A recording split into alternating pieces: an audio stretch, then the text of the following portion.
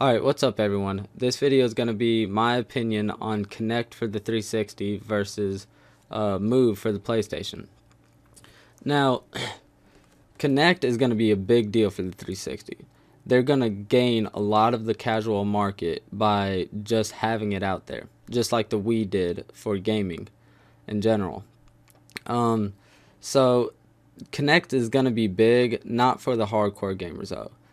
In a few years, there might be some hardcore elements in some games that they might implement, if you know what I'm trying to say. But for the most part, the only hardcore type of thing game is Forza that's doing something with it now, which is like, even if you're not doing the thing that they showed, like steering with your hands, I believe that if you're in the just racing and Kinect sees your head turn, the head inside the cockpit in the game will turn so you can look out the side window or whatever. Now this like I said, this could be very big for the casual market in gaming. They might put down their Wii's now and get a 360, or if they haven't picked up a Wii yet, they might pick up a 360 and get this instead, since this is a lot better than the Wii. And so if they market this really well, which I'm assuming they will, since it's Microsoft and they got endless money, and this is big for them. So hopefully they'll market this really well and gain a lot of the casual market.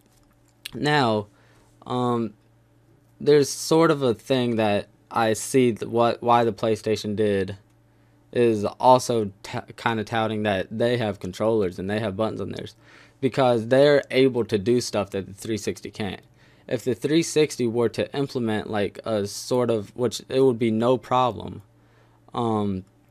like a type of PlayStation Move controller with Kinect. So you also have the regular Kinect, but if you wanted to do more precise stuff, more controlling guns and stuff, and having triggers and everything, and more buttons, because you need buttons for more hardcore gaming. So if they were to get some sort of hypersensitive controller that's highly accurate wherever, exact 1-to-1, just like PlayStation Move, then they'd be able to do something for the more hardcore market, which would be nice. So that's what I'm hoping they do in the future. They just come out with Kinect right now, and then later on they might implement another accessory that it's just regular motion controls with a controller for the more intense things that you need to do with it. Now, moving on to PlayStation Move, it looks good, I'll admit, but it's still the PlayStation Move and PS3. Well, maybe not PS3, but that's what the Wii should have been. The Wii is still crappy graphics and stuff. They're nowhere near on par with the 360 or the PS3. So that's basically what the Wii should have been. So PlayStation Move is looking good, especially seeing it in some of the games. Now I still haven't used it in any of the games, so we'll have to see about that. And there's also the times where you don't feel like doing all that stuff and you just want to chill on the couch and just have a controller in your hand, and you don't want to be messing around the movie stuff. And that's there too. So, well, for some games it might not be. But so it's looking good.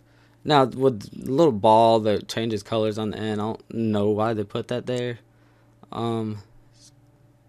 The just changing colors doesn't really, I doubt anyone's gonna be looking at that.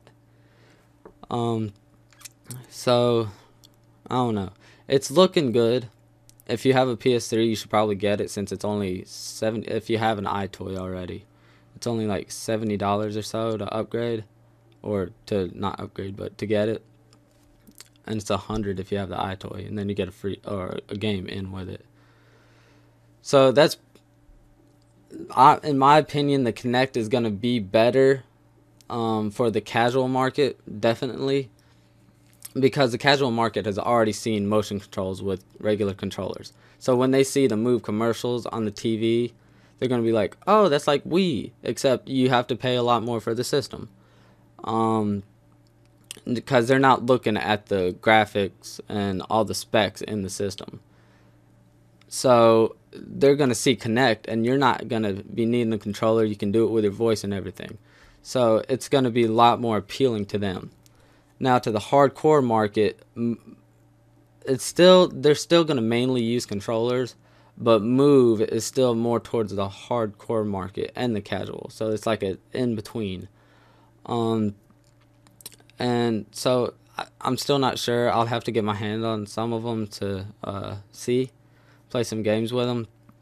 But if the 360, if Microsoft does implement like some controller later on down the line for more intense situations where you need buttons and you need one-to-one accuracy, even though Kinect is good with the depth sensor and everything, I don't know if it's going to be as accurate as like just rotating your hand like that. But again, I haven't used it, so I don't know. So that's basically my opinion on it. Kinect's going to be better for the casual market than Move, and Move will be better for the hardcore market than Kinect. But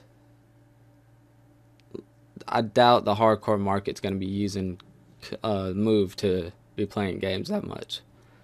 So Kinect with the whole dashboard interface thing and stuff might be nice. So you don't have to find the controller and stuff, especially when you're watching DVDs like on Netflix or something. It's going to be nice. So that's my opinion for the third time or something that I've said that. But leave comments below if you want to, saying your opinion on it. And I know fanboys are going to be watching this and saying like PlayStation Move's so much better or Kinect's so much better. But whatever, leave your opinion below, and I'll catch you in some of the other videos. So see you later.